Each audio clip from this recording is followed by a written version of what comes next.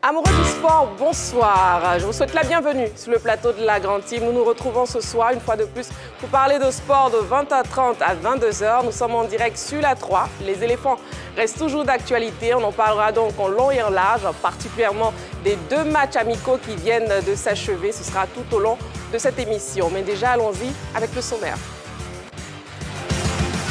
Sommaire, ce soir dans la Grande Team, l'actualité sportive dans LGT News. Fin de la trêve internationale. Quels enseignements tirez-vous des 2 matchs des éléphants? On en parle de notre actu. Marie-Christine Beugré et son équipe vous souhaitent une bonne émission sur la 3, la chaîne qui offre 3 fois plus de sport.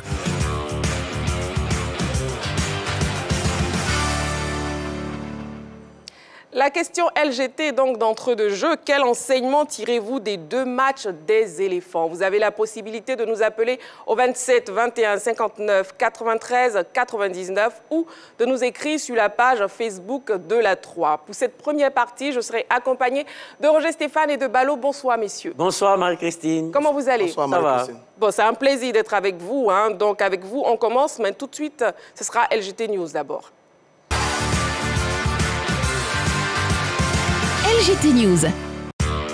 L'athlétisme pour entamer les news de ce mercredi. Arthur Cissé-Gueye quitte le cercle des célibataires. Arthur Cissé-Gueye s'est mis la corde au cou le week-end dernier avec sa dulcinée marocaine Assia Raziki. C'est la ville de Rabat au Maroc qui a accueilli la cérémonie de mariage entre les 2 tourtereaux. Pour information, Assia Raziki, l'épouse d'Arthur Cissé-Gueye, est une athlète de haut niveau. Elle a remporté 4 médailles d'or au championnat panarabe d'athlétisme en 2017. Elle s'était parée de bronze aux Jeux de la francophonie de 2017 à Abidjan. Nos vœux de bonheur accompagnent le sprinter ivoirien et sa femme. LGT News. Tennis Masters Digit 2023. 40 jeunes font le show à Cocody.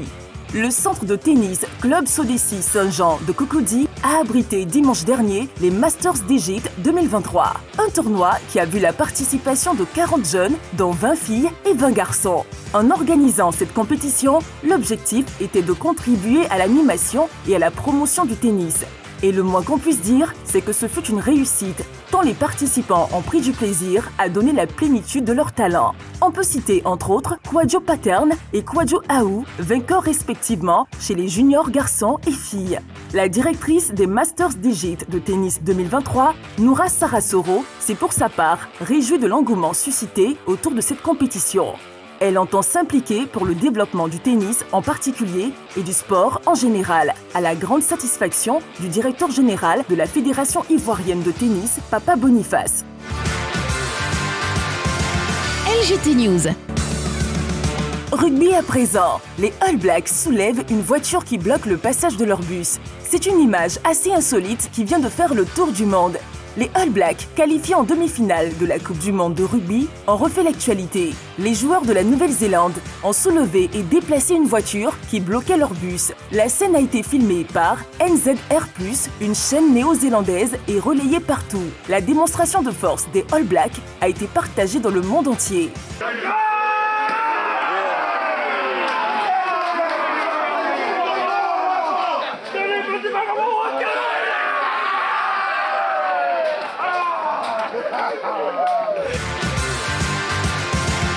LGT News.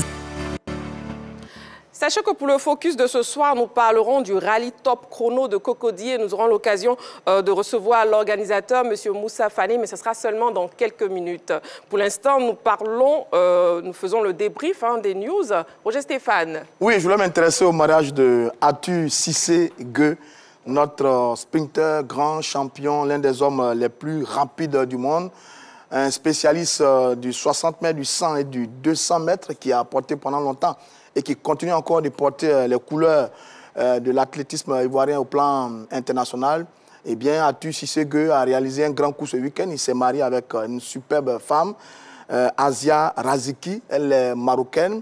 Elle aussi, c'est une sprinteuse. Elle va très, très vite, spécialiste du 100, 200 et 4x100. Visiblement, c'est 2 personnes très rapides qui ont décidé de s'unir pour la vie. C'était un très beau mariage. C'est un peu dommage qu'il n'ait pas fait le mariage sur les bords de la lagune Ébri. Il aurait pu bénéficier du soutien de tout le mouvement sportif parce que c'est un grand champion.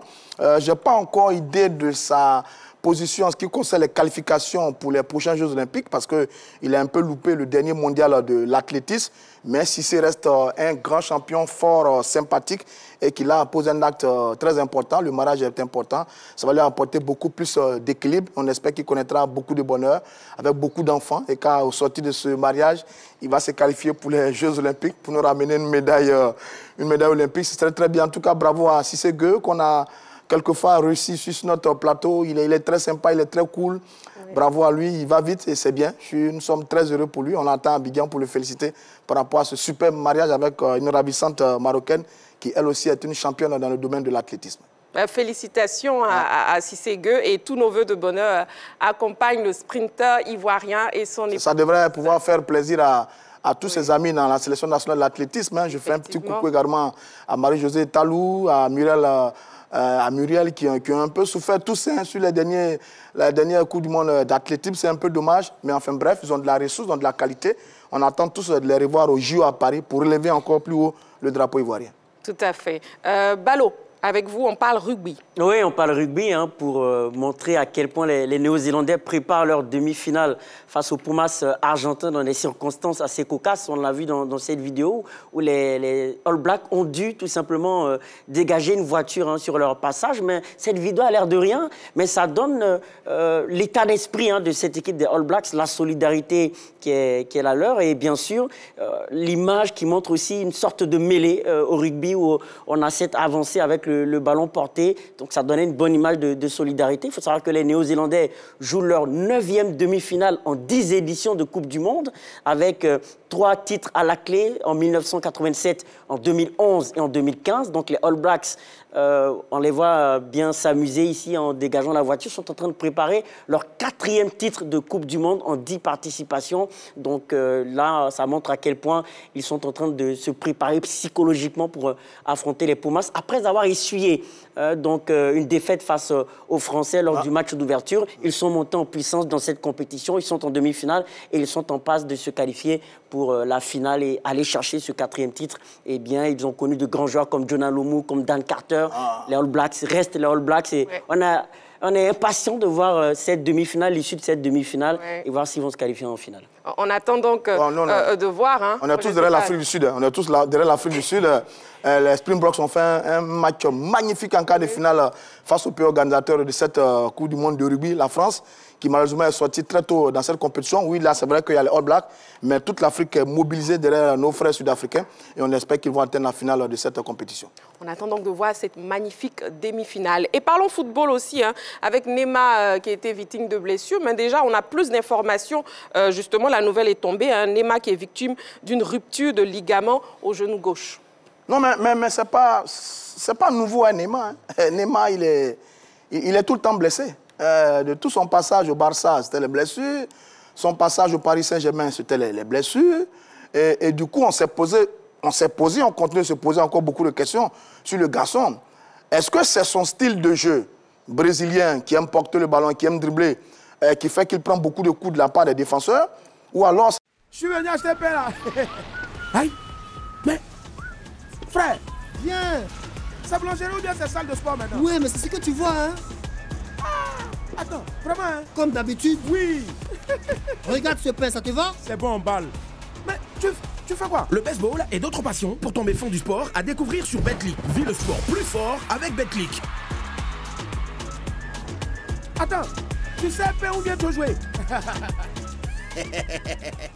En Europe, notamment après, je veux dire, la sortie, on avait la sortie de Ronaldo et Messi, celui qui aurait pu prendre le relais pour devenir le numéro 1 mondial, c'était Neymar. Malheureusement, ce Brésilien pétri de talent, de qualité, héritier de bien de nombre de joueurs brésiliens, à commencer par Pelé, Romario, Bebeto, etc., etc.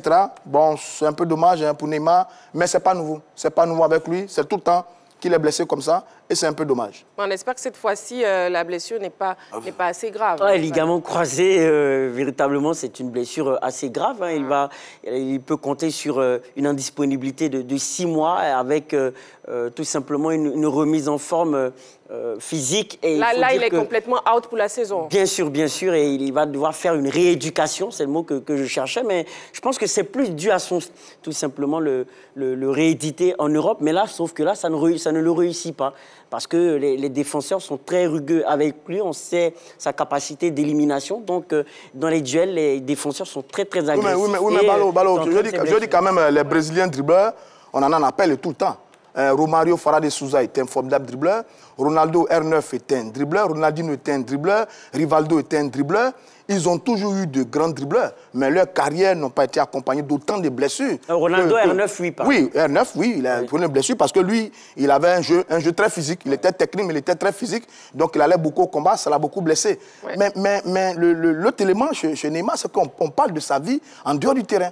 On parle de sa vie en dehors du terrain, il est fêtard, il aime la belle vie, il ne dort pas beaucoup, etc. Et ça, mais c'est un peu dommage pour un athlète d'une telle qualité, d'un tel niveau, pour un athlète aussi doué. Il est trop abonné à l'infirmerie et c'est un peu dommage. J'ai pu voir là, le classement sur les éliminatoires là, auxquels participe le Brésil. Je crois que le Brésil n'est pas très bien classé, le Brésil est 3e. C'est rare de voir le Brésil 3e du côté de l'Amérique du Sud. Oui, mais bon, je lui ai dit, c'est un peu un gâchis. J'avoue que moi, j'aime ce garçon. Quand il prend le ballon, quand il porte le ballon, mais c'est dommage, c'est dommage. Oui, effectivement, là, c'est vraiment dommage pour Neymar qui malheureusement est out pour la fin de la saison. Bon, on termine avec les news de LGT News et on passe au focus.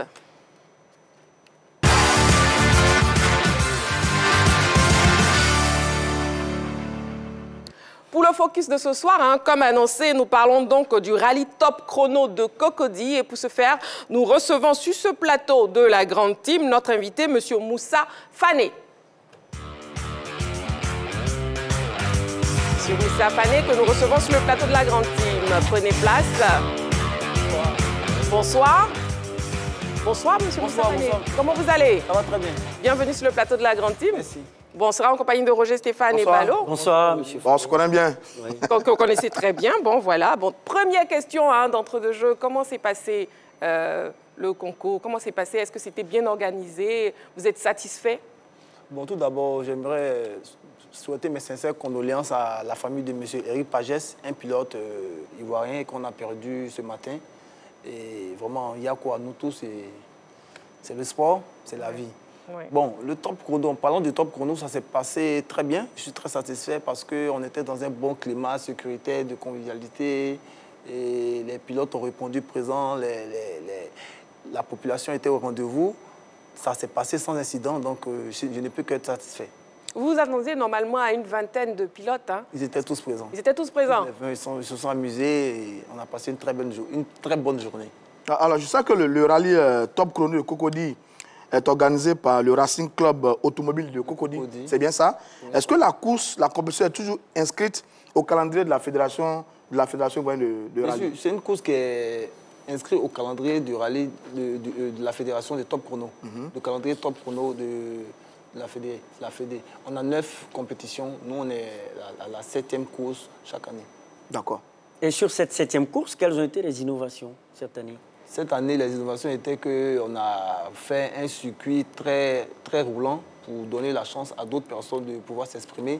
Parce que les autres années précédentes, les pistes étaient un peu serrées par virage et puis il y avait moins de secteurs d'accélération. Mais cette année, on a déployé beaucoup de moyens pour donner une piste beaucoup plus propre. Un circuit plus rapide. Plus rapide pour que chacun, les uns et les autres puissent s'exprimer et puis bon, nous offrir ce qu'on voyait derrière dans les images. Le circuit, justement, c'est Engrais Durabilité, que je connais bien. Est-ce que ce circuit commence à devenir une référence en termes de circuit pratiqué, utilisé par rapport au rallye en Côte d'Ivoire? Est-ce que ça va devenir une référence? Bien sûr, c'est une référence, vu que c'est un circuit rallye, mais qu'on utilise pour faire le top chrono. Quand je dis un circuit rallye, ça veut dire que ce n'est pas une terre ouverte. Il y a encore des arbres, il y a des herbes, donc on tourne entre les herbes, donc pour produire quelque chose comme un vrai rallye. Mais comme c'est une journée, on appelle ça un top chrono. Bon, cette année, on est pratiquement peut-être en notre dernière année sur le site, vu que le contrat, c'était 3 ans.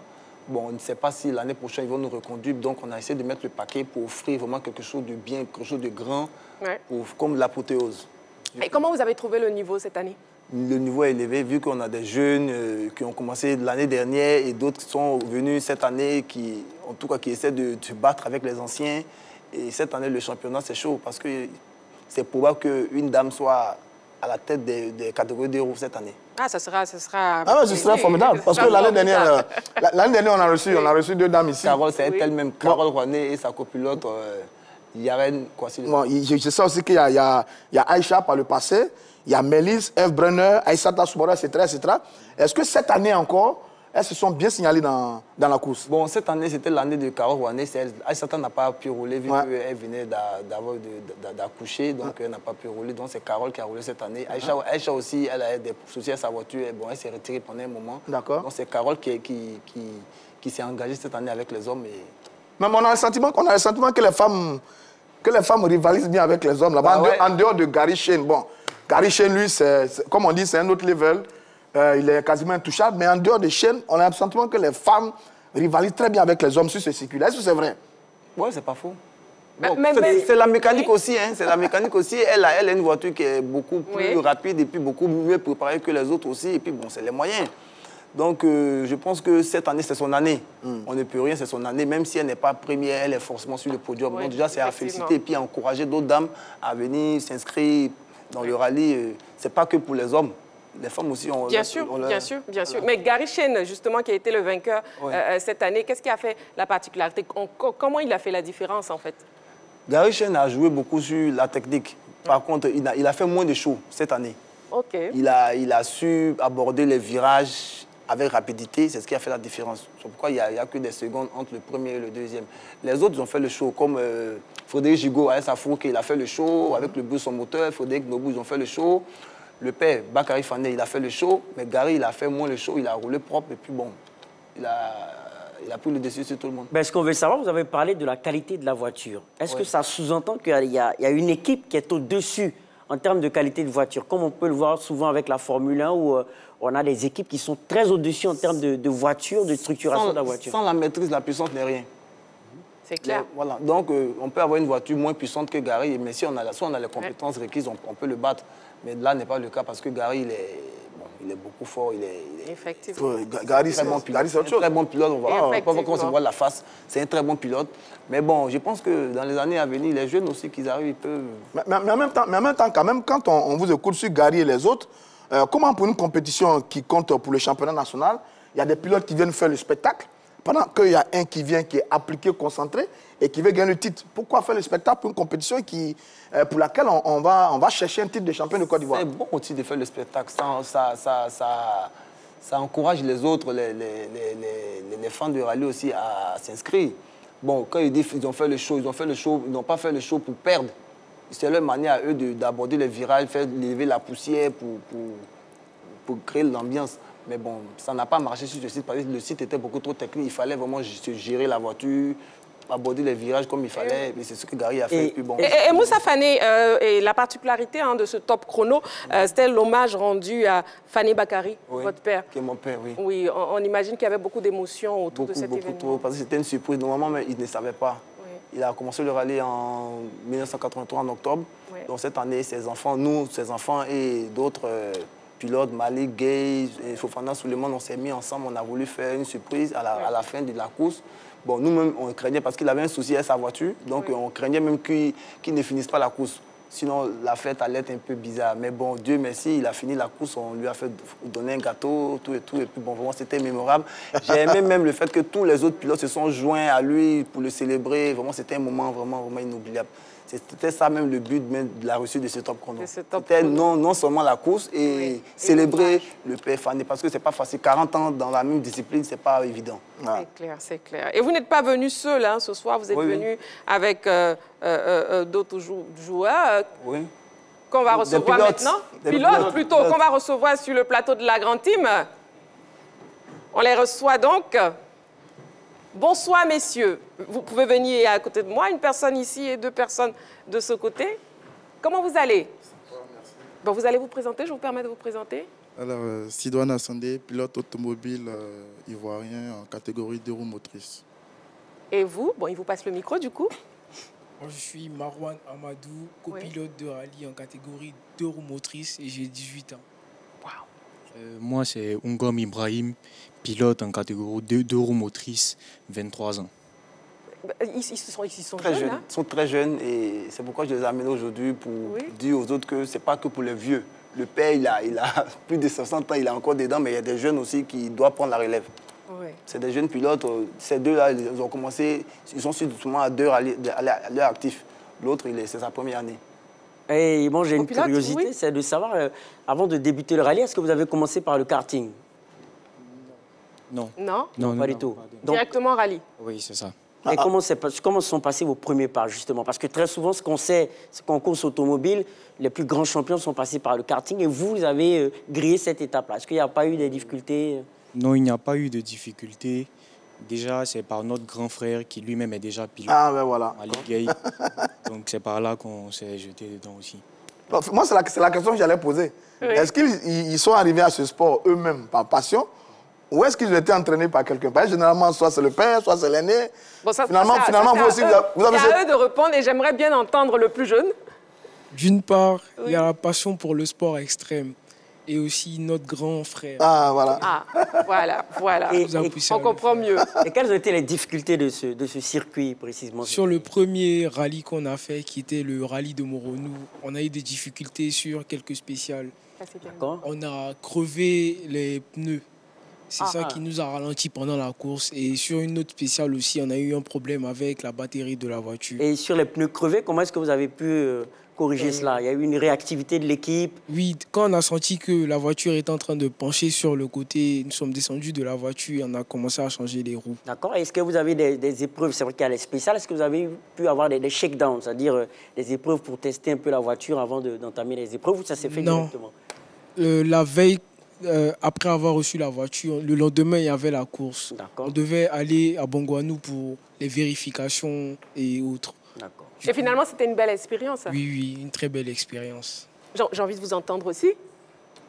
Oui, un mot sur la course, oui.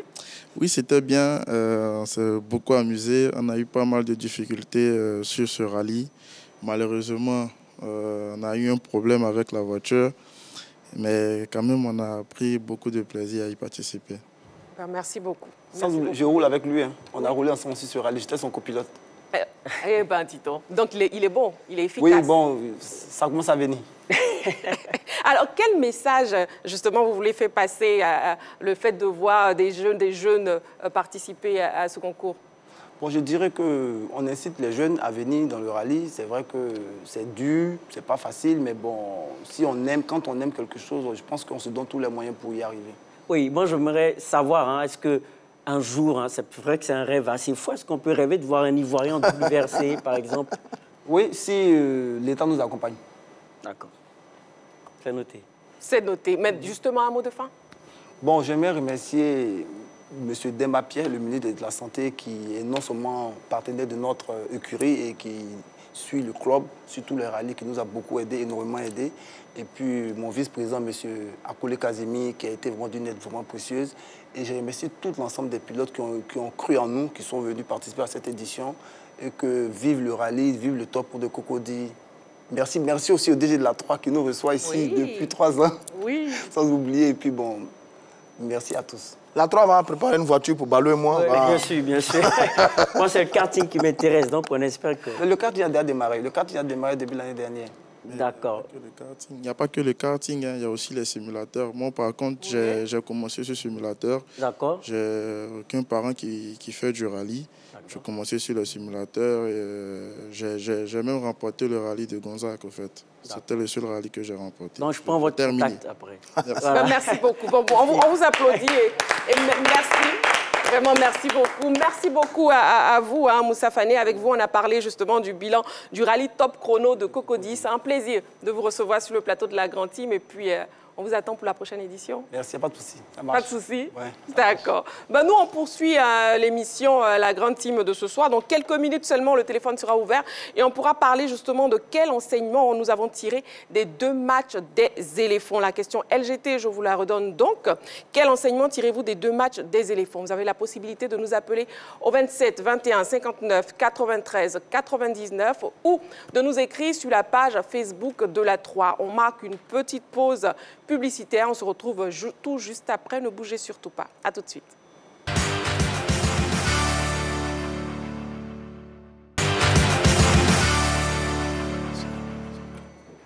Vous suivez votre émission La Grande Team. Nous sommes en direct jusqu'à 22 h. Nous en rejoint Jean-Philippe et Dago Charles. Bonsoir, messieurs. Bonsoir, Marie-Christine. Comment vous allez, Jean-Philippe? Super bien. Super bien. Oui. On poursuit la semaine tout en douceur. On essaie de reprendre la forme après un petit coup de fatigue.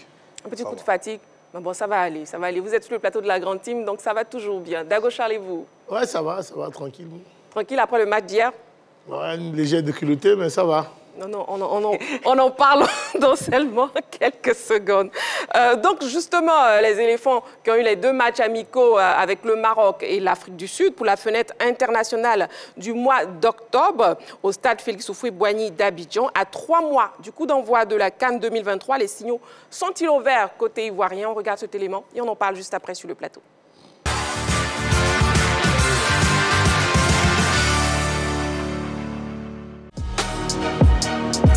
L'équipe nationale de Côte d'Ivoire a conclu sa série de matchs amicaux du mois d'octobre par un nul, un partout, face à l'Afrique du Sud hier au stade Félix Houphouët-Boigny. Samedi, dans la même enceinte, les éléphants avaient également été tenus en échec par les Lions de l'Atlas du Maroc sur le même score. Un résultat similaire, mais un contenu tout à fait différent. Lors de la première sortie contre les Maghrébins, la sélection ivoirienne a présenté une bien meilleure copie. Dominatrice dans le jeu, elle aurait largement mérité d'avoir le gain de la partie si elle ne s'était pas rendue coupable d'une erreur défensive fatale. Face aux Sud-Africains, le public venu massivement au Felicia a été surpris d'assister à un scénario différent. Très agressif et beaucoup plus combatif, les Bafana Bafana ont poussé les éléphants jusque dans leur dernier retranchement. Ceux-ci ont dû puiser au plus profond de leurs ressources physiques et mentales pour revenir à la marque. 2 buts marqués, 2 encaissés. Ce bilan à l'équilibre montre l'ampleur du travail qui reste à faire pour avoir le commando tant rêvé pour la CAN 2023. Pour ces 2 matchs, le sélectionneur Jean-Louis Gasset a aligné quasiment le même 11 de départ. Est-ce le signe qu'il a trouvé son équipe type? Le technicien français estime plutôt qu'il s'en approche. 18 joueurs ont été utilisés sur les 25 convoqués. Le jeune gardien Fofana Yaya a été titularisé pour la 4e fois consécutive. Seko Fofana et Wilfried Zaha ont connu des fortunes diverses pour leur retour en sélection.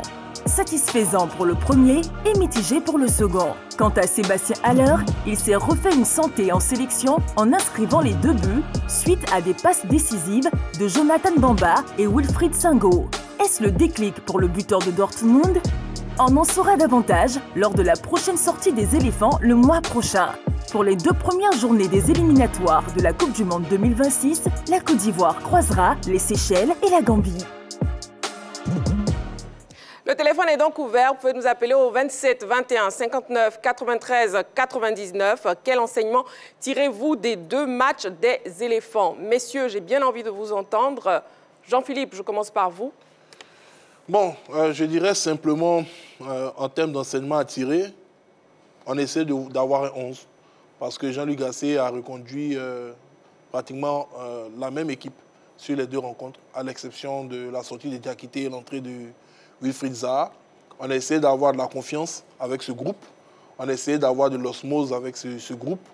Voilà. Pour l'instant, je pense que c'est ce qui était prépondérant dans le choix de Jean-Louis Gasset. Est-ce que ça a été une erreur de reconduire ce même 11 pour le 2e match face au Bafana? Contrairement à ce que certaines personnes pensent, je dirais non. Parce que depuis que Gasset est à la tête de la sélection ivoirienne, c'était un reproche qui lui était fait, qu'il n'arrivait pas à aligner durant 2 rencontres de suite pratiquement la même équipe. On avait du mal à voir l'ossature des éléphants, changement des tactiques à chaque rencontre, changement des tactiques souvent même pendant les rencontres. À chaque rencontre, il y avait certains joueurs qui rentraient, d'autres qui sortaient. Et on attendait d'avoir une certaine continuité dans les choix de l'entraîneur. Et il a dit, son 11 est en train de se dessiner. Ce sont des matchs amicaux. À sa décharge, c'est pratiquement l'une des rares fois où il a l'ensemble de son monde, c'est-à-dire tous les joueurs qui ont été convoqués, ont été pratiquement tous là. Seulement Serge Aurier n'a pas pu venir parce qu'il était blessé. Il a fait constater sa blessure, s'est retourné. Donc c'est la première fois qu'il est véritablement son monde pour travailler surtout sur ces terres en Côte d'Ivoire, là où la Coupe d'Afrique aura lieu. Donc pour moi, je pense que ce n'était pas une erreur.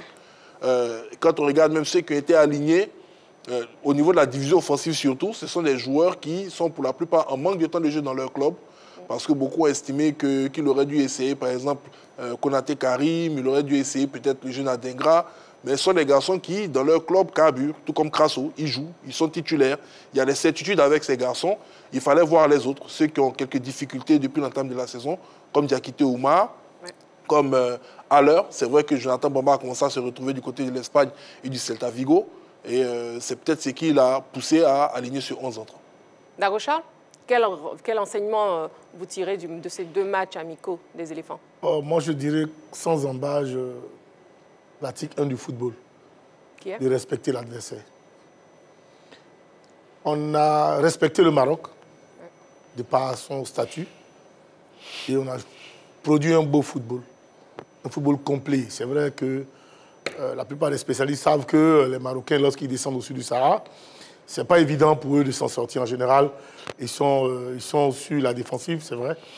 Mais dans le contenu, on a été présent parce que c'était le Maroc, on les a respectés et ils ont senti. Et après, dans les derniers instants, quand on a commencé à jouer à la baballe, tout de suite, on a pris le but. Parce que c'est là.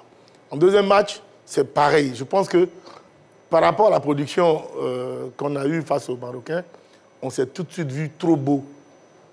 On a peut-être pensé qu'on allait venir marcher aussi, tout de suite aussi, sur les Sud-Africains. Donc vous pensez que pour le deuxième match, on n'a pas respecté les Oui, pour moi, l'encadrement technique, les joueurs, tout le monde, même les Ivoiriens, dans notre entièreté, on n'a pas respecté l'Afrique du Sud. Et là, quand ils sont dans le match, après 15 minutes, on a eu vraiment des difficultés à revenir dans la partie. Et ils ont joué pendant 90 minutes. Je pense que même eux aussi, avec un peu de crainte, ils avaient un peu peur de nous, ils ont tellement respecté.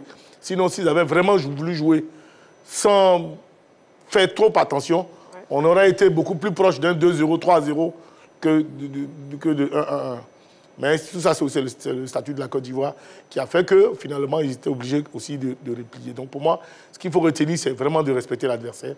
Que ce soit les supporters, les encadreurs, tout le monde, on doit respecter n'importe quel adversaire qu'on rencontre. Parce qu'aujourd'hui, si tu ne respectes pas un adversaire, tout de suite, il fait support, il te montre que le football, voilà, tout le monde s'est mis au travail. Ouais, voilà. La plupart des grandes équipes, lorsqu'elles rencontrent une équipe qui est censée être faible à l'égard d'elle, sinon vis-à-vis d'elle, tout de suite, elle prend ses repères, elle te met au respect. Je prends l'exemple des États-Unis face au Ghana. Le Ghana qui n'est pas actuellement en forme depuis un an, tout de suite, en première mi-temps, 4-0. Et en deuxième période, ils ont géré le match. Ouais. Donc quand on a un adversaire qui est en deçà de ta valeur, c'est pour ça que moi je suis de ceux qui soutiennent qu'il y a des petites équipes et des grandes équipes. Mais c'est quand tu es censé être grande équipe et que tu ne respectes pas la petite équipe, c'est là qu'elle te fait très mal. Et donc pour moi, il faut respecter les adversaires. Et si on respecte tous nos adversaires, voilà, on sera beaucoup plus sérieux. Pour vous, c'est l'enseignement que vous tirez. Ouais. Justement, quel est l'enseignement tire M. Kofi Mathieu qui nous appelle de Mbato? On va l'écouter. M. Kofi Mathieu, bonsoir. Bonsoir, la toute puissante Marie-Christine. Comment vous allez? Je vais bien. Et vous-même? Je vais très bien. Merci beaucoup, M. Kofi Mathieu. Bon, le reste de la team vous salue. Bonsoir, M. Mathieu. Alors, on vous écoute, M. Kofi Mathieu. Ben, moi, l'enseignement que je tire après les 2 matchs, c'est que le 11, le commando dont on parle est en train de se dessiner. Les quelques situations qu'on a vues dans ces 2 matchs-là seront des choses qui seront corrigées pendant la trêve de novembre pour que d'ici là, nous ayons une équipe complète. Parce que je suis sûr que si c'était à la CAN, l'entraîneur n'avait pas fait l'erreur qu'il a faite en alignant ça, que lui-même sait qu'il est en méforme. Parce qu'il avait dit ça dans une conférence de presse, qu'il sait qu'il a des joueurs qui ne sont pas trop en forme. Mais comme c'est un match amical, c'est là qu'il faut profiter pour les voir. Ce n'est pas au cours de la CAN qu'on va voir des joueurs qui ne sont pas en forme. Et donc, c'est tout à fait normal moi je vois que le type est en train de se dessiner et vraiment cette équipe-là est solide. Elle est très solide. Moi, ils m'ont convaincu. Okay. J'espère que d'ici la CAN, vraiment tout sera parfait pour qu'on entame la CAN là avec beaucoup plus de tranquillité. Ok, d'accord. Merci beaucoup, M. Kofi Mathieu. Merci à vous aussi et puis bonne émission. Merci beaucoup. Sur la page Facebook de la 3, on a Chima Yeo qui nous dit « Les matchs amicaux ont été très concluants, mais il faut travailler sur la finition. » On a aussi Siriki Koulibaly qui nous dit « Les enseignements que j'ai tirés des 2 matchs, c'est que l'équipe a progressé. Ils se sont battus, même dans les moments difficiles. Après, il faut qu'ils soient agressifs dans le bon sens. Ça nous a manqué en première mi-temps contre l'Afrique du Sud. En tout cas, j'ai beaucoup d'espoir avec plein de jeunes talentueux. » Quel enseignement tirez-vous des 2 matchs des éléphants? Roger Stéphane. Écoutez, moi, c'est le mot capable qui me vient à l'esprit au bout des lèvres. Mais vraiment capable dans tous les sens. On est capable d'avoir une bonne équipe, de bien jouer et de dominer une grande nation de football. On est capable de mal gérer une fin de match et de concéder un match nul frustrant. On est capable d'être mis en difficulté face à une équipe qui est très bien organisée. C'était l'équipe de l'Afrique du Sud. On est capable de réagir dans la douleur, faire preuve d'orgueil pour aller arracher un match nul intéressant. On est capable d'avoir des joueurs brillants qui, s'ils sont dans un bon jour, sont capables de faire des exploits. On est capable d'avoir un sélectionneur qui peut réussir un bon coup tactique. Il a réussi parfaitement face à l'équipe du Maroc. En un mot, il y a une équipe qui se met en place.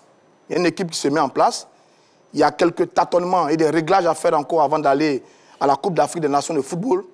Mais sur les dernières sorties, et sur ces 2 matchs notamment, on a constaté qu'il y a un net progrès qui a été fait dans le jeu des éléphants de Côte d'Ivoire, aussi bien collectivement qu'individuellement, aussi bien dans la volonté et l'engagement. Et ça, c'est très bien. Je pense que Gassé a fait quelque chose de bien qui est en train de se mettre en place avec les éléphants de Côte d'Ivoire. S'il continue sur sa lancée, si les joueurs adhèrent à son projet et à sa vision, je pense que oui, on est capable de réaliser un bon coup à la Coupe d'Afrique des Nations de football. On a disputé 2 très bons matchs avec 2 visages différents. Au finish, 2 matchs nuls, c'est bon à prendre, il faut continuer de travailler. Voyons si c'est l'avis de M. Konaté, plutôt Soumaïla, qui nous appelle d'Abobo. M. Konaté, bonsoir. Bonsoir. Comment vous allez? Oui, je vais bien. Et chez vous? Je vais très bien, merci. Alors, on vous écoute, M. Konaté. Bonsoir à tous les invités qui sont... Bonsoir, M. Konaté. Oui. On vous écoute, M. Konaté, oui. Ok, merci. En tout cas, je trouve que vraiment les éléphants de la Côte d'Ivoire sont vraiment très puissants. Okay. Mais le problème est que c'est les défenses plutôt que je critique un peu, puisque vraiment, tel que le numéro 11 qui est de M. Diakité, qui aime vraiment dribbler, qui joue vraiment avec le ballon, mais qui ne donne pas passe à ses joueurs. Vraiment, moi, je trouve que ça, c'est vraiment à critiquer. Vraiment, il faudrait que M. Diakité puisse donner passe à M. Alain et aussi à les autres pour qu'ils puissent marquer. Vous voyez qu'il a essayé de donner passe hier, vraiment, c'était vraiment un beau pied. Vraiment, c'est c'est beaucoup à féliciter, mais vraiment, il faudrait que les buteurs se donnent passe toujours pour qu'on puisse marquer correctement. Il ne faut pas trop forcer, vouloir marquer, force n'est pas vraiment évident. Il faudrait que les joueurs pensent à donner passe à ses collègues pour qu'on puisse vraiment marquer. Vraiment, la Côte d'Ivoire, c'est très beau. Ok. C'est ce que je voulais dire. D'accord. Merci beaucoup, M. Konaté Soumaïla, pour votre participation. Merci. Effectivement, il parle de Diakité Ouma qui jouait plutôt individuel sur le premier match amical, mais on pense qu'il a appris de ses erreurs parce que le deuxième match, justement, face au Bafana, il a plutôt eu un jeu collectif, Balo. Oui, mais effectivement, il a eu un jeu collectif et il a même bougé, je pense, ses défenseurs, notamment sur ses qualités de puissance et ses qualités athlétiques. Bon, en ce qui concerne les enseignements, c'est à 2 niveaux. Au plan positif, il faut dire qu'il y a eu une évolution au niveau de l'état d'esprit de cette équipe de Côte d'Ivoire. J'en veux pour preuve même face à l'Afrique du Sud, une erreur de relance du gardien sud-africain qui dénotait du fait qu'il y a eu un gros travail des attaquants en termes de pressing. Ça dénote d'un état d'esprit combatif. Également, au milieu de terrain, on a des joueurs qui montrent une certaine combativité, comme Sangaré Ibrahim et Seko Fofana, qui ont pu gratter pas mal de ballons. Donc, à ce niveau-là, il y a une grosse évolution par rapport à ce qu'on a connu par le passé avec cette équipe de Côte d'Ivoire. Donc, il y a plus de combativité. Dans le jeu, c'est une équipe qui arrive, en tout cas sur les 2 matchs qu'on a vus, qui a pu avoir la possession. C'est déjà pas mal. C'est une équipe qui a pu avoir l'initiative du jeu. Ça fait partie des points positifs de cette équipe, mais aussi les différents efforts individuels. Sur les efforts individuels, comme je l'ai dit, on a des joueurs qui font un gros boulot. On a aussi des latéraux que j'ai trouvé bien impliqués, notamment Ghislain Conan qui a fait un bon boulot, Wilfried Senghor qui a su apporter le soutien qu'il fallait apporter lorsqu'il en avait la possibilité avec des centres très très intéressants. Oui. Je pense que là, on a quelques bons points individuels à partager. En milieu de terrain, là, j'ai déjà parlé de Seko et de Sangaré Ibrahim, mais surtout Seko Fofana qui apporte quelque chose en termes de défense, mais en termes offensifs, il apporte quelque chose. Parce que l'un des gros problèmes de cette équipe de Côte d'Ivoire, si je prends pour preuve le match face à l'Égypte lors de la CAN Cameroun 2021, c'est que c'est une équipe, lorsqu'elle est en difficulté dans les couloirs, c'est une équipe qui a du mal à avoir une alternative à ce jeu de couloir. Alors que Seko Fofana arrive à nous apporter cette alternative face au Maroc et face à l'Afrique du Sud. On a eu cette capacité à chaque fois de servir Sébastien Haller dans la profondeur. 2 ballons, il a pu le faire sur 2 ballons très très importants face à l'Afrique du Sud.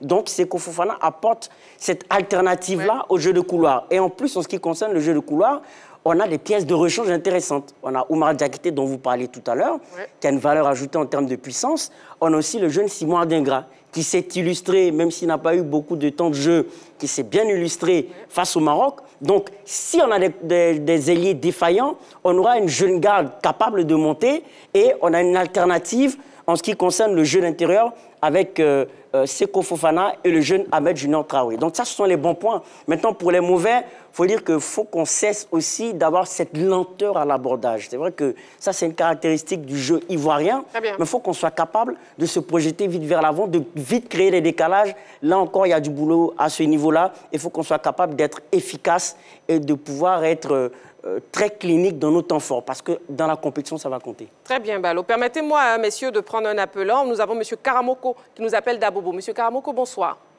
Oui, bonsoir à tout le monde. Bonsoir et félicitations pour ce que vous faites. Merci beaucoup, je souhaiterais intervenir, on va dire, par rapport justement à la question. Oui. Alors, moi, le constat que je fais justement de ces 2 matchs qui ont pu avoir lieu, je me rends surtout compte que l'entraîneur, M. Gassé, a été dans la continuité de ce qu'il avait prévu. Il avait dit qu'il était là pour mettre en place justement un commando. Et je pense qu'au fur et à mesure que les matchs se déroulent, on se rend compte quand même d'une certaine logique dans sa démarche, même si au départ, ce n'était pas compris. On se rend compte d'une certaine logique et on voit des résultats probants. Et c'est sûr que tout ne s'est pas passé parfaitement, même si on aurait aimé, mais au moins, on a pu tester des choses, on a pu se rendre compte de certaines choses qui ne marchent pas. Et moi, je reste très, très satisfait justement de cela. Et je pense que ça va nous permettre de nous nourrir, en fait. Donc, je ne vois pas forcément de points négatifs. On va dire, à ces matchs qui ont pu avoir lieu, pour moi, ça a été très, très, très, très positif. Et je suis content que toutes les erreurs qui ont été faites maintenant aient été faites en ce moment. Parce qu'à la CAN, ça aurait été beaucoup plus grave. Et puis, en plus, je dis, par rapport même à la prestation du public, chose sur quoi je souhaiterais intervenir, je pense qu'on a pu aussi avoir l'opportunité de tirer des leçons. Parce que même ce qu'il y a eu avec notre grand joueur caissier, moi, je pense que c'est quelque chose d'inacceptable. On ne peut pas se permettre d'huiller nos propres joueurs. Sinon, on se permet d'huiller nos joueurs. Qui va les soutenir, en fait? Donc, pour moi, je pense que c'est bien que ça ait eu lieu. Et c'est bien aussi que les réseaux sociaux qui ont souvent permis de porter ce genre de personnes qui huent, on va dire, les joueurs, aient aussi pris la responsabilité de dire non, il ne faut pas le faire. Et je pense que nous tous, on a des leçons justement à tirer de ces 2 matchs-là. Et j'espère que tout le monde aura compris, que tout le monde mettra tout en œuvre pour que nous ayons la plus belle CAN qui n'a jamais existé, en fait, on va dire, sur le sol africain. Et c'était un peu ça mon intervention. Merci encore et beaucoup de courage à vous. Merci beaucoup, M. Karamoko. Merci beaucoup. En définitive, l'équipe, la sélection ivoirienne progresse. Pour moi, oui. Pour moi, oui. Peut-être pas au rythme que certains souhaiteraient, mais pour moi, oui. Clairement, je le disais tantôt, l'entraîneur, pour une fois, il a eu le maximum de joueurs à sa disposition. Il a eu également un très long temps avec eux en terre ivoirienne pour préparer cette rencontre. On sait qu'il va rester 2 fenêtres avant le début de la compétition, la fenêtre de novembre avec les éliminatoires de la Coupe du Monde. Un match prévu à Abidjan, un match prévu à Banjul. Ouais. Et ensuite, les 2 semaines d'avant la Coupe d'Afrique des Nations avec la fin des vacances annuelles, pour ne pas dire les vacances annuelles, et le début de la compétition dès le 13 janvier, puisqu'on entamera la compétition dès le premier match à l'ouverture face à la Guinée-Bissau. Il a beaucoup essayé depuis qu'il a la tête des éléphants de Côte d'Ivoire. Il a tenté en termes de système, il a tenté en termes d'hommes, et finalement, à quelques jours, on était à pratiquement 90 jours de la compétition, il a décidé de partir avec quelques certitudes. Il a essayé de bâtir une équipe autour d'une ossature faite par Yaya le portier, Ndika et Ousmane Diomandé au niveau de la défense centrale, ce qui était inédit et inattendu par la majorité des observateurs du football ivoirien. Au milieu de terrain, on sait que ces hommes de base sont aujourd'hui du côté de l'Arabie Saoudite. C'est une difficulté pour lui, mais avec laquelle il va devoir travailler, c'est-à-dire Kessié et Seko. Et en attaque, on a à l'heure. Maintenant, autour de ces 6 joueurs cités, certains vont venir se greffer. On avait une certitude au niveau de ce milieu de terrain avec les 3 joueurs. Pourquoi j'ai retiré Sangaré? Oui. À travers la prestation des garçons comme Ahmed Traoré, ça peut donner des idées à l'entraîneur. Il peut décider dans certaines rencontres de passer avec un 10 nominal, soit Ahmed, soit faire revenir Jérémy Boga. Donc on sait au moins qu'il pourra compter sur 2 milieux, sur les 3 qu'on a l'habitude de voir. En attaque, la seule certitude, c'est Sébastien Haller. Tout va dépendre de la performance des ailiers. Et s'il doit aller en chercher, il va aller en chercher. Pour les latéraux, bon, le capitaine Aurier, normalement, s'il n'a pas de bobo, devrait tenir la corde. Et puis du côté gauche, ce sera Ghislain Collant. Sauf si là-bas encore, on fait jouer la concurrence avec des garçons qui évoluent dans des championnats beaucoup plus relevés, qui ont le rythme et qui pourront apporter un plus. Donc l'entraîneur, il a déjà une idée concernant son groupe. Il peut faire ressortir pratiquement 11 types, mais on le sait, Dagocha ne dira pas le contraire. Quand on doit aller à une Coupe d'Afrique des Nations, on ne peut jamais la gagner avec 11 joueurs. Il faut sur le moins de touche des hommes qui, quand ils vont rentrer, vont pouvoir faire la différence. Oui. Et je pense que c'est là-bas aujourd'hui que Gassé est en train de se focaliser, parce qu'on a eu l'impression dans son coaching sur les 2 rencontres que sur le banc de touche, il n'avait pas beaucoup de solutions, malgré qu'il avait énormément de joueurs. Donc, quels sont ces garçons déterminants-là qui, à chaque fois, vont remettre en cause les certitudes de l'entraîneur? C'est ce qu'il va rechercher jusqu'au début de la compétition. On écoutera justement le sélectionneur Jean-Louis Gassé dans seulement quelques secondes. Juste le temps de prendre M. Diomandé qui nous appelle de Sipilou. M. Diomandé, bonsoir. Ma cuisine. Oui. Bonsoir, ma belle. Bonsoir, M. Diomandé. Je suis à la table. Bonsoir, Diomandé. Salut. Comment vous allez, M. Diomandé? Oui, pour aller, tout d'abord, je remercie une grande chaîne, la grande chaîne qui est la 3, qui nous a permis des critiques auprès de cette équipe nationale, et les critiques payent. Parce que, vraiment dit, pour mes analyses, je vois que nous sommes toujours à la recherche des 11 commandos qui vont nous défendre lors de la position en 24. Et je crois qu'il y a une progression, mais ce que je demande à l'entraîneur, c'est d'avoir beaucoup de lecture au cours du jeu. Et vraiment, et puis aux enfants, c'est vrai, de former une famille au sein de cette équipe-là, de laisser l'égoïsme et de dire, cette personne a le nom, pas l'intégrité, il n'a pas les cours, vraiment, c'est pas bien, et la haine s'installe au sein de l'équipe. Il faudrait qu'il soit il bannisse ce système de haine, de l'égoïsme, de former une famille qui peut aller défendre la couleur orange blanc vert en 24 par la compétition de Cannes. Je crois que vraiment, s'il y a une famille, il y a une cohésion, il y a une union au sein de ces enfants-là, je crois que cette couple va avoir la prendre. Marie-Christine.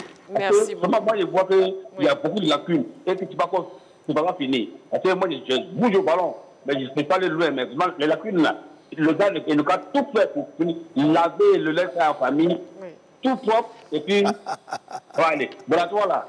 Moi, c'est la meilleure des chaînes. Vous m'avez permis de critiquer, on a créé le gâteau, là, je retrouve maintenant. Bon, ça va aller, on a ensemble. Merci beaucoup, M. Diomandé. Merci beaucoup, M. Diomandé, qui nous appelle de Sipilou. Bon, les critiques ont porté, hein, d'après M. Diomandé. Dieu merci. Déjà, on écoute le sélectionneur Jean-Louis Gassé. Déjà, quand vous jouez un match de haut niveau, en première mi-temps, il a eu un centre de Ghislain Collant qui met au-dessus. Et en deuxième mi-temps, le centre de Thibaut est d'une qualité extraordinaire. Dans un match de haut niveau, avoir déjà 2 occasions de but, c'est bien. Convertir 1 sur 2, dans l'état physique où il était quand il est arrivé, moi je dis on a bien travaillé. Il a joué 75 minutes le premier match, il a marqué un but de classe mondiale, parce que le piqué il est très beau du pied gauche. Et le deuxième, c'est un but de Sébastien Haller. Voilà, c'est ce qu'on aime quand il est comme ça, bien centré, qu'il met le ballon dans le but. Donc pour Sébastien Haller, le rassemblement aura été très, très positif. Déjà, mentalement, elle n'a pas baissé la tête. Le fait d'être menée. D'accord? Et ça, et la réaction qu'elle a eue en deuxième mi-temps où elle a banni la défaite, de dire on ne va pas perdre ce match, je l'ai senti à la mi-temps. J'ai senti, je voyais des joueurs très fatigués. Je vous garantis que les jambes étaient lourdes, je vous avais dit on a beaucoup récupéré. Mais on ne se rendait pas compte de l'impact du match du Maroc. Moi, je suis satisfait de cette réaction-là. En deuxième mi-temps, j'ai vu des gens qui étaient allergiques à la défaite. Mais ça, c'est bon pour la suite. Roger Stéphane, l'impression sur les propos non, du mais de toute façon, Gassé, il a toujours eu de la lucidité lors de ses conférences de presse. Depuis le match face au Maroc, il tient un discours qui est cohérent. Je me souviens qu'il a tout le temps parlé de groupe et d'état d'esprit. Bon, quand on voit les éléphants jouer, on sent qu'il y a un groupe qui s'est mis en place et il y a un bon état d'esprit. Moi, je l'aime bien. Je l'aime bien. Vous savez qu'à ses débuts, il a été normalement critiqué, mais il nous a montré un moment qu'il était un très bon manager. Avec les retours de Senghor et Seko, c'était très bien. En plus, il nous a montré qu'il a un coup d'œil qui est capable de nous révéler les garçons. Adengra, Ouma, Krasso, etc. Evans, Ousmane, tous ces garçons en défense, c'est la patte Gassé. C'est très bien. Donc, il y a vraiment une patte Gassé qui est en train de se mettre en place dans cette équipe des éléphants. Moi, j'ai bien aimé son culot face à l'équipe du Maroc, aligner une équipe relativement jeune. En plus, un système à 4-3-3 offensif face à une équipe marocaine qui est extrêmement redoutable. C'est vrai que sur ce match-là, ses remplacements n'ont pas été très très bons parce qu'à la fin, l'équipe a baissé d'intensité. Il y a eu l'égalisation du côté du Maroc. Par contre, sur le deuxième match face à l'Afrique du Sud, quand on était en difficulté, il a fait de bons remplacements qui ont apporté de l'énergie et de la percussion et on est égalisé face à l'équipe de l'Afrique du Sud. Donc, je pense que c'est un Gassé qui est dans son élément. Il commence à mieux connaître son groupe, il commence à mieux connaître la mentalité des Ivoiriens. Parce qu'il faut savoir que nous, on est très forts dans les critiques. Hein? Oui, Yeo Martial, Hervé Renard, Kamara Ibrahim, Baumel, là, je n'en parle même pas, Gassé à ses débuts. C'est une culture qu'on a d'être très critique et très dur avec les sélectionneurs, mais c'est parce qu'on aime notre sélection nationale. Je pense que Gassé est sur la bonne voie. Il est sur la bonne voie. Il a dit lui-même dans une de ses interviews qu'il reste 2 ou 3 joueurs. Bon, s'il les trouve, qu'il les ajoute à ceux qu'on a là, c'est très bien. Moi, je suis content de Gassé, qu'il continue de travailler. À nous tous de faire bloc autour de lui pour accompagner cette sélection. Parce que ce qu'il faut, c'est que tous, on accompagne cette sélection ivoirienne pour aller à la CAN et faire une très belle campagne. Vous l'avez dit, hein, Roger Stéphane, les Ivoiriens sont très critiques. Et il y a quand même des critiques sur la page Facebook de la 3. On a Ligue 1, Rapivoix, qui nous dit « Je retiens que nous avons des joueurs talentueux, mais aucune homogénéité dans le jeu qui est due à l'entraîneur. Voilà. Il est inconcevable qu'à 87 jours de la CAN, nous soyons toujours à la phase test des joueurs. La question que je me pose, c'est quand nous allons finir avec ces phases expérimentales et avoir une équipe qui puisse jouer même les yeux fermés. Nous avons actuellement un jeu statique. Même au Maracana du quartier, il y a des déplacements de mouvements dans le jeu, mais pourquoi pas dans notre équipe nationale? Perso, je pense que sans entraîneur, nos joueurs sont capables de produire mieux que ce que nous voyons. C'est parce qu'il n'y a pas de système de jeu que les joueurs ont du mal à se retrouver. Bon, c'est un peu fort quand même. Non, il a donné son avis. Moi, je pense qu'on va prendre son nom et on va demander à Batelli de l'inviter à la direction technique nationale. Il va donner des cours aux jeunes entraîneurs parce qu'il s'y connaît énormément. C'est un avis. Non, mais c'est son observation. C'est ce que je dis. Donc, son observation, oui. Il va trop loin, il va quand même trop loin de son appréciation quant à l'homogénéité dont il a parlé. Parce que dans le match, honnêtement, dans le match face à l'Afrique du Sud, le groupe n'était pas homogène. Voilà, parce que même le terrain a été vraiment bouffé. Ça aussi, on doit le reconnaître. Même s'il y a eu une débauche d'énergie, même s'ils ont travaillé, ils ont cravaché, ils ont refusé. Là où je suis d'accord avec Gassé, c'est au niveau du mental. Ils ont refusé la défaite.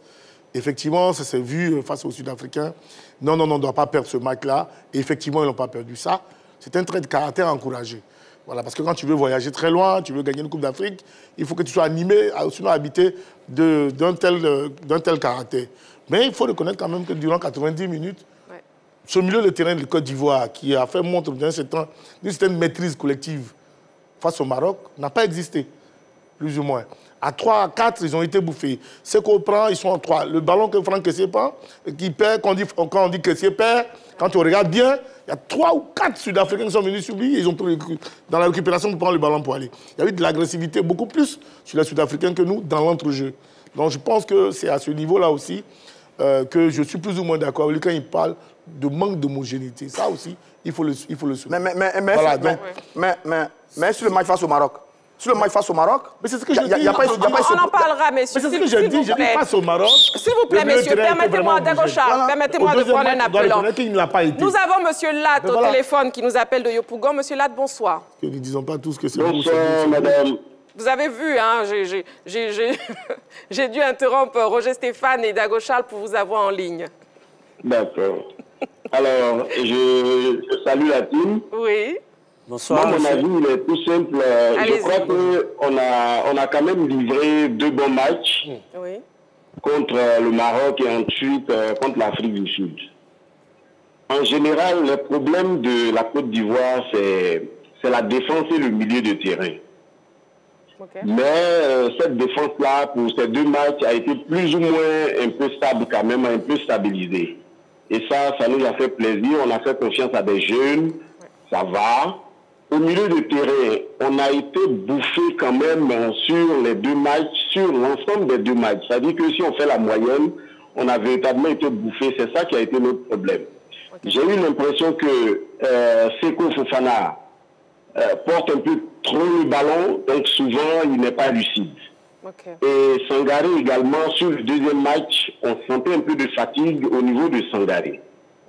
Maintenant, ma satisfaction vient du jeune Yaya. C'est vrai que nous les Ivoiriens, on aime bien tout ce qui est nouveau, tout ce qui est beau.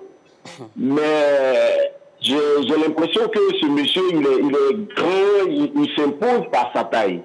Et ça, avec sa jeunesse, je pense qu'on peut faire du chemin avec lui. Maintenant, le jeune Diakité, moi, ça a été ma satisfaction. Parce que pour dire, quand on parle beaucoup de Didier Drogba,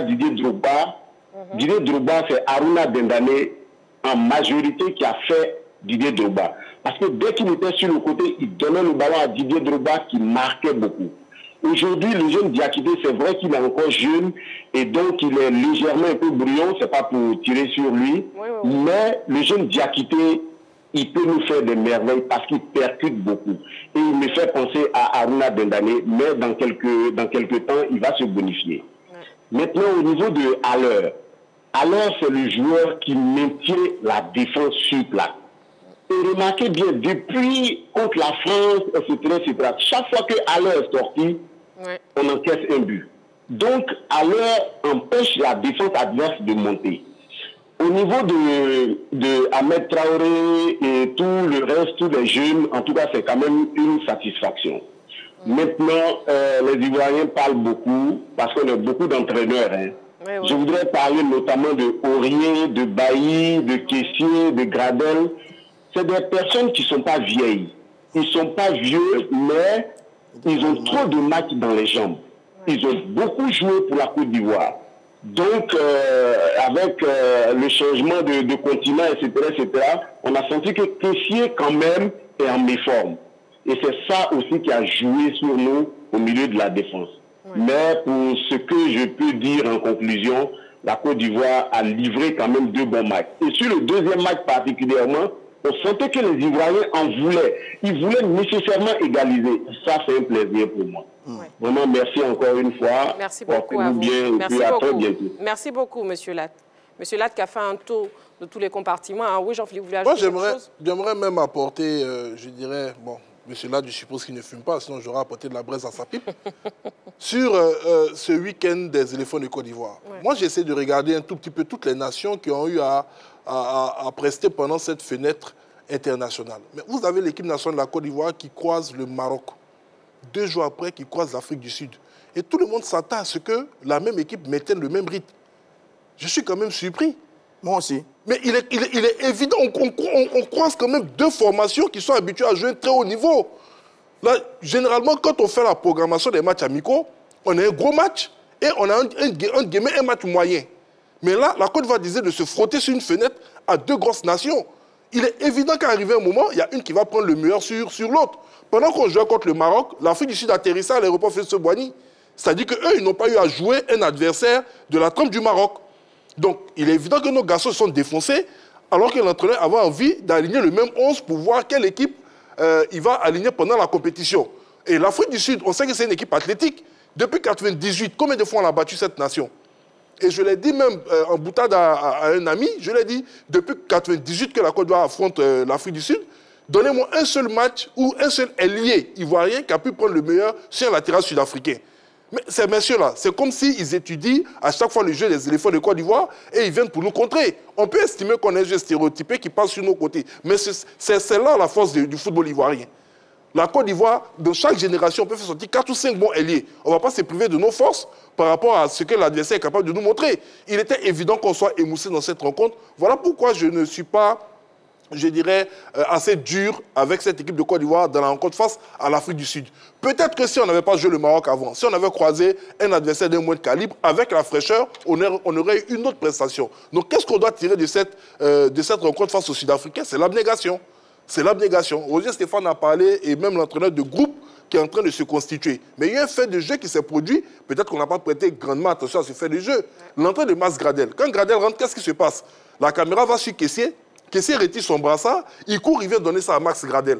Alors qu'auparavant, on disait que oui, c'était des leaders. Chacun voulait avoir ce brassard. Ça veut dire que ces garçons sont parlés entre eux. Ils ont envie de réaliser de grandes choses en janvier. Donc, je pense que il leur fallait ce genre de match. Là, Charles l'a dit, je suis d'accord avec lui, c'est le véritable match test. Après un gros adversaire comme le Maroc, on est fatigué, on joue l'Afrique du Sud et on voit jusqu'où nos limites peuvent nous emmener. Ouais. Et pour moi, c'était vraiment une réussite totale. On est revenu à la marque, c'est une bonne chose. C'est vrai que dans le contenu, il y a eu quelques déchets, mais je vais mettre ça sur le compte de la fatigue, l'entraîneur l'a dit. Et je pense que peut-être dans une prochaine rencontre où nos garçons seront moins fatigués, ils vont trouver plus la faille et puis on aura la victoire. On espère. On a M. Diomandé Nemassa qui nous appelle d'Abobo. M. Diomandé, bonsoir. Bonsoir Marie-Christine. Comment vous allez? Je vais bien. D'accord. On vous écoute. Salut tous les panélistes. Tout le monde vous Bonsoir, monsieur. On vous écoute, M. Diomandé. Quel enseignement tirez-vous des 2 matchs des éléphants? Bon, l'enseignement que moi je tire, la majorité des Ivoiriens ont déjà tiré. Ouais. Parce que c'est le courage des footballeurs ivoiriens lors de ces 2 matchs. Voilà, parce que c'est ce qu'on cherchait de nos éléphants. Okay. Maintenant, bon, j'espère qu'on serait un peu indulgent parce que c'est sûr qu'à l'allure où les éléphants s'en vont là, à la CAN là, ça serait difficile pour les autres nations de nous battre. Parce que déjà, en Côte d'Ivoire, il y a beaucoup de joueurs talentueux. Mais ce qui est le problème depuis longtemps, moi je peux même dire que peut-être depuis nous on n'est pas nés, c'est la combativité, le fighting spirit. C'est ce que les Ivoiriens n'arrivent pas à avoir. Sinon, je jure qu'en Afrique, il n'y a pas un pays qui a du talent comme les Ivoiriens. Okay. Proprement parlant.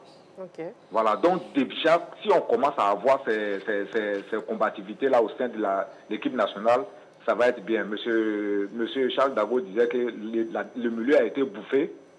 Non, le milieu a été bouffé. Les Sud-Africains, ils ont mis 5 milieux. C'est ça.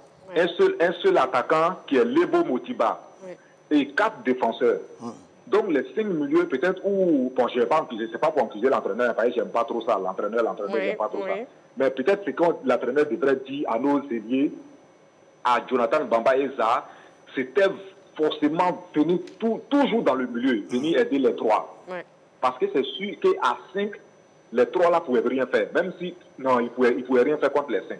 C'est pourquoi on a été dominé. Maintenant, en deuxième mi-temps, il a compris, il a fait rentrer des milieux. Et avec le courage de Diakité et Gradel, vous avez vu que ça a compensé. Parce que le football d'aujourd'hui, il ne s'agit pas de faire les passements des gens, forcément des passes décisives. Non. Tu peux faire une passe décisive à un attaquant, il va marquer. Mais le but que vous avez marqué, est-ce que ça peut rester? Le repli défensif des arts n'est pas bon. Ça n'a jamais été bon. Ça n'a jamais été bon. Ça, on l'aime bien, mais ça n'a jamais été bon. Ouais. Mais quand ces personnes-là ne sont pas classées dans l'équipe nationale de Côte d'Ivoire, les observateurs se plaignent parce qu'ils trouvent en eux des talents. Mais pour remporter une coupe-là, ce n'est pas des talents qui remportent, c'est des hommes courageux. Des hommes qui font la navette sur les côtés, des hommes qui font la navette dans le milieu, entre l'attaque et puis le milieu. Ouais. Ouais. Donc, franchement, c'est ce que j'avais à dire. Merci beaucoup. Suivant le coach, c'est le classement qu'il est en train de faire là, le jeune Diakité. C'est pas mauvais. Ouais. Tout le monde a joué au foot. Diakité, quand il finit le gardien, aucun attaquant ne va faire passe. M. Dago Charles, il est au courant de ça. Quand il se ouvre le filet, il va forcément tirer. Où on peut l'accuser, il n'a pas respiré. Merci avant beaucoup. De placer le ballon. Il a tiré bêtement. C'est là où on peut l'accuser. Mais ne l'accusons pas qu'il n'a pas fait passe. C'est clair. Tu finis avec le gardien, tu es en face des filets, ton objectif c'est de marquer. Oui, oui. Pour le qu'il a mal fait, c'est tout. D'accord. Bravo, monsieur.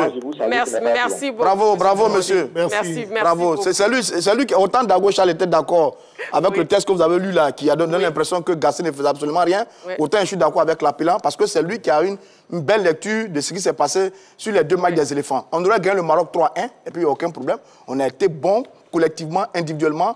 On était dans l'impact sur les côtés, sur les ailes. C'était un match correct. C'est juste les remplacements en fin de match qui ont cassé l'intensité. Il y a eu la réduction du score. Face à l'équipe de l'Afrique du Sud, ils avaient un milieu à 5. Nous, on avait un milieu à 3. Mais dans le milieu à 3, Sangaré Ibrahim, qui d'ordinaire est le meilleur joueur ivoirien, il n'a pas été rayonnant ce jour-là. Il était fatigué, il avait un petit pépin physique. Il a pris un coup. Ghislain Conan, dans son couloir gauche, lui aussi, il n'a pas connu son rayonnement habituel. Et les deux qui ont été en force note, qui devaient apporter l'appui, qui ne l'ont pas fait, c'est Zahir et Jonathan Bamba. Voilà. Ils doivent avoir la percussion pour faire le débordement et le centre en retrait, ils ne le font pas.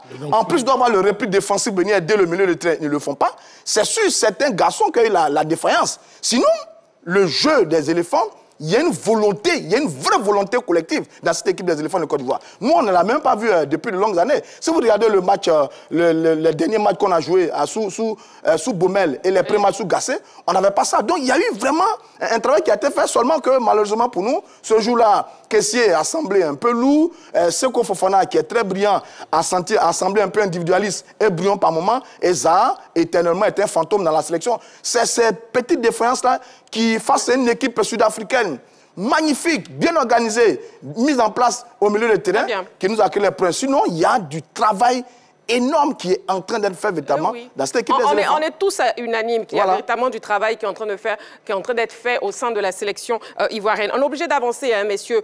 Permettez-moi donc de voir cet élément, de montrer cet élément aux Ivoiriens, cet élément des joueurs eux-mêmes qui se sont exprimés au micro de la rédaction. On les écoute. Je pense que c'est malheureusement une constante. On a du mal à finir les matchs. Quand je dis finir les matchs, c'est plutôt finir l'adversaire et marquer les occasions qu'on a. On arrive à beaucoup s'en créer. Moi, le premier, peut-être en première mi-temps. Donc, à moi de prendre la responsabilité aussi sur le front de l'attaque. Mais c'est vrai que sur les deux matchs, on peut avoir un goût amer parce qu'on méritait mieux sur les deux matchs. Mais voilà, c'est un secteur qu'il nous faut travailler et continuer. Si on veut être performant. Allez, vous êtes en recherche de temps de jeu au niveau de votre club. Aujourd'hui, vous le retrouvez avec la sélection. Est-ce qu'à l'heure, tout petit peu, revient à son meilleur niveau? C'est ce qu'on essaye de faire au quotidien, de continuer à travailler, d'être le plus performant possible. Et puis, quand ça va revenir, ça va revenir. On peut pas juger sur 2 buts ou quoi que ce soit, mais en tout cas, on va donner le meilleur de nous-mêmes pour gagner ces matchs-là et pour être à un niveau très élevé. Ouais, on aurait voulu que ça soit très bien, mais dommage, ça a été bien. Et on jouait à domicile, on aurait voulu une victoire. Mais comme je dis, c'est une continuité, on est dans la préparation de la Coupe d'Afrique, donc on a montré déjà des bonnes choses. Il y a eu aussi des choses négatives qu'on va essayer de gommer ça le plus vite possible avant le 13 janvier. Ouais, on va être prêt. La CAN c'est dans 2 mois et on se prépare pour. Et le mois prochain, il y a encore 2 matchs et on prépare la Coupe d'Afrique. Ce qui est sur le 13 janvier, on va être prêt. C'était 2 bons matchs avec des enseignements différents.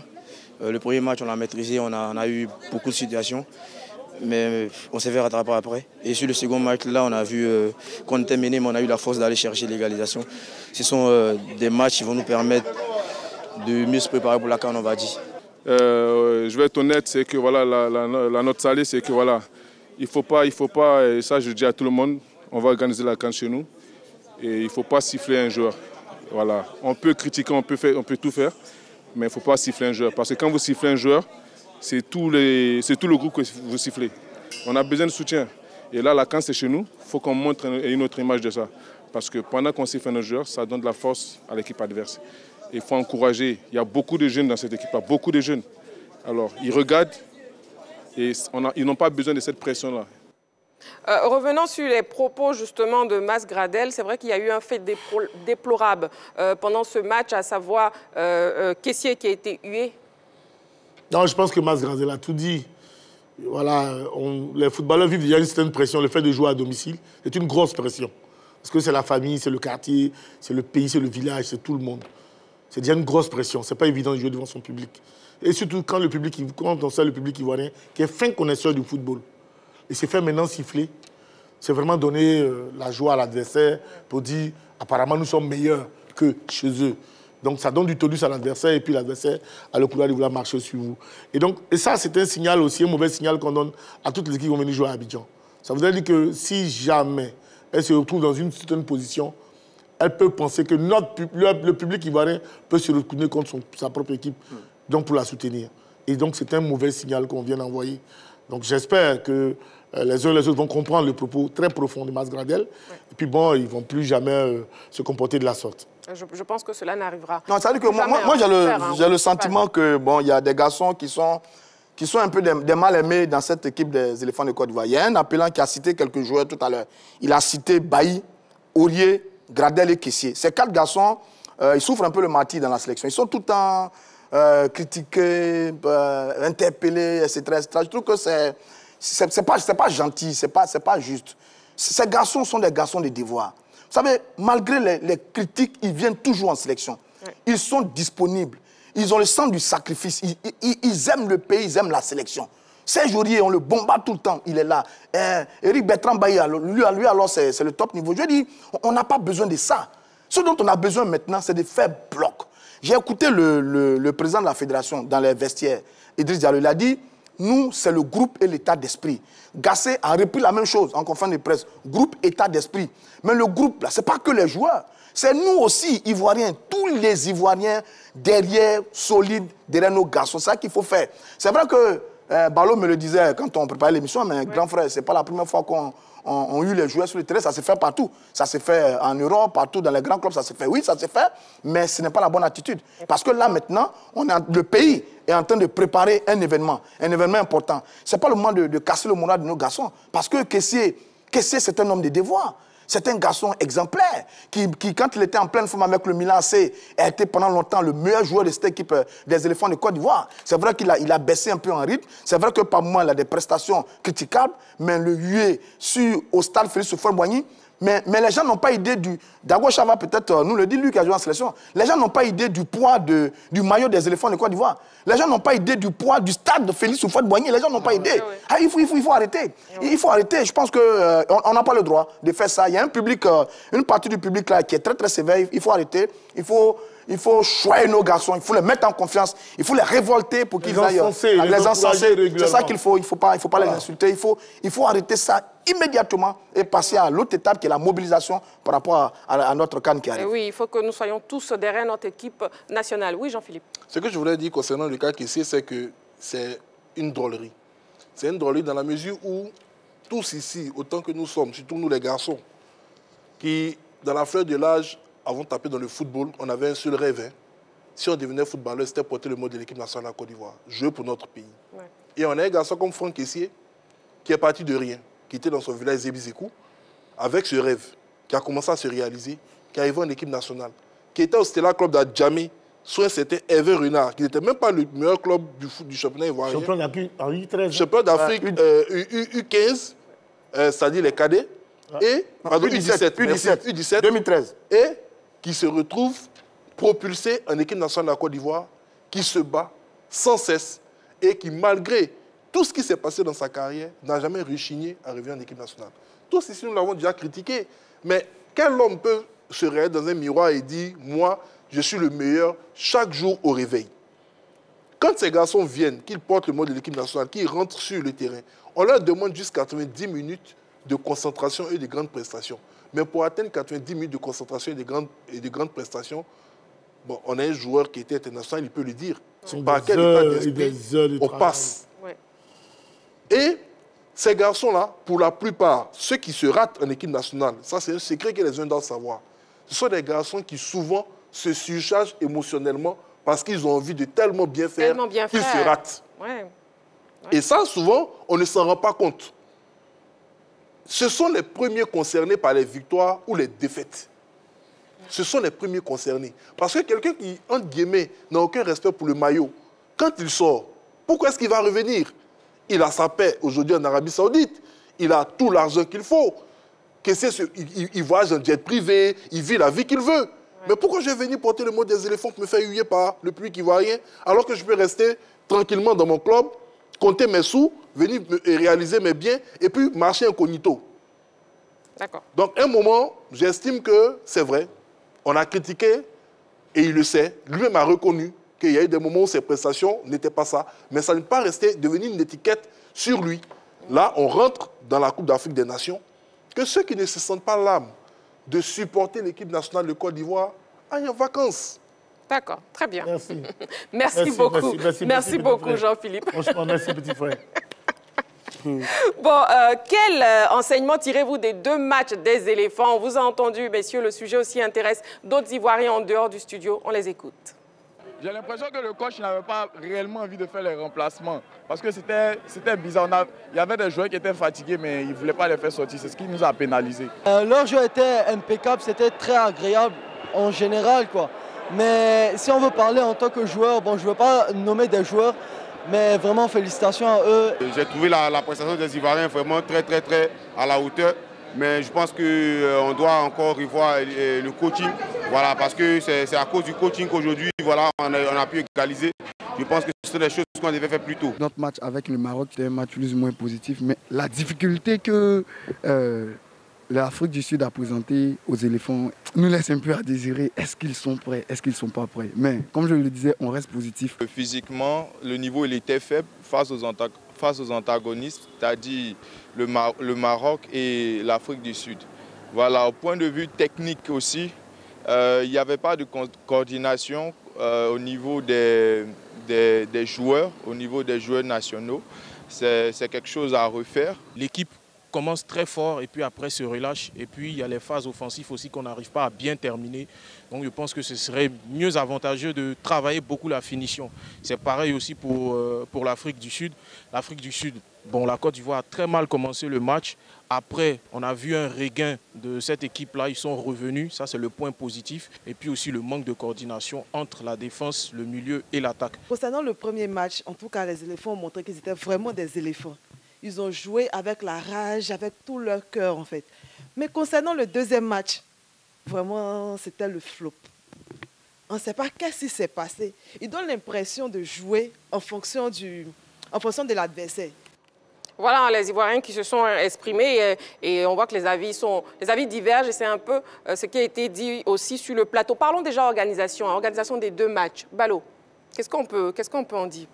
L'organisation des 2 matchs, moi j'aimerais me prononcer depuis quelques minutes sur ce qui a été dit tout à l'heure. Lorsque Roger Stéphane dit ici qu'il y a des mal-aimés dans l'équipe nationale, moi j'aimerais dire que c'est vrai que la méthode n'est pas acceptable, le fait d'huer un joueur, je suis d'accord là-dessus, mais ça rend compte d'une exaspération de quelque chose, du fait que des joueurs ont le potentiel. Personne n'a remis en cause le potentiel de Kessié, de Max Gradel, des joueurs cités. Mais ce sont leurs performances en équipe nationale qui sont remises en cause par une population. Donc c'est vrai que ce n'est pas bien de huer, mais derrière, il y a une exaspération sur le fait qu'ils constatent qu'on a des joueurs qui savent monter en puissance en club, mais pour ce qui est de l'équipe nationale, qui ont du mal à exprimer leur potentiel. Et je pense que leur mécontentement est légitime. C'est vrai que la méthode n'est pas correcte parce que... Donc où est la légitimité? Je viens. La méthode n'est pas correcte. Le fait d'huer un joueur sur une pelouse parce qu'on estime qu'il y a une union sacrée à créer derrière une équipe parce qu'on est le pays organisateur. Mais laissez-moi vous dire que le Cameroun, en 2021, il y a eu des mécontentements aussi au Cameroun.